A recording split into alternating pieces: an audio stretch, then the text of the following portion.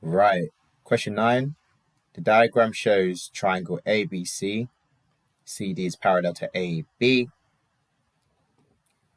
A, C, and E lie in a straight line. Angles of sides A degrees, B degrees, and C degrees are shown.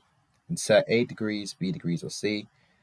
To make this statement true, give a reason for your answer. So angle DCE equals blank because of blank. So the answer to this one is angle DCE is equal to A degrees because corresponding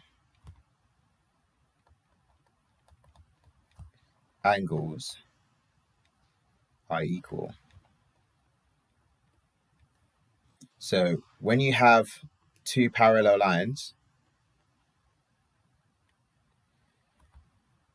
if you draw a line between them here, you can see it looks like an F on its side. So corresponding angles, that rule can be remembered by thinking of it looking like an F. Angle DCE is here. So this angle here will be equal to this angle here, angle A. Part B, use the diagram and the answer to part A to show that the angles of a triangle add up to 180 degrees.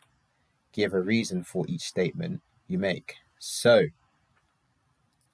if we know that angle A is equal to angle DCE,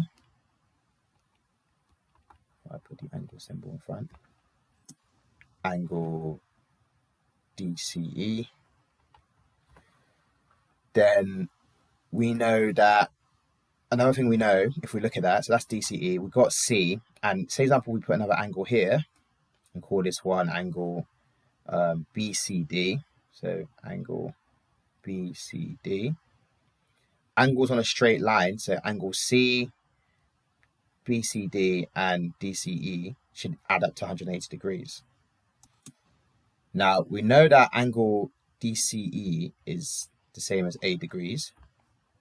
So all we need to find is what angle BCD is the same as. And BCD, funny enough, is going to be the same as B degrees. And you're probably wondering why. So angle BCD equals B. And that's because of another little theory you need to remember, which is the alternate angles. So alternate angles is the Z rule, like so. And angles inside the corners of the Z will be equal. Okay?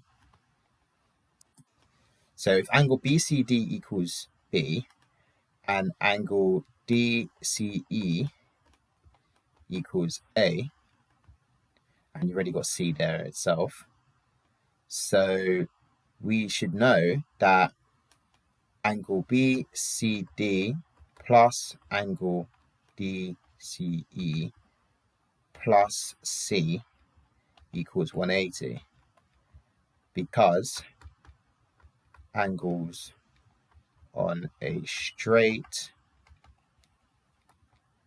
line equal 180. Okay? So knowing that, therefore, A plus B plus C equals 180 degrees. And that's that.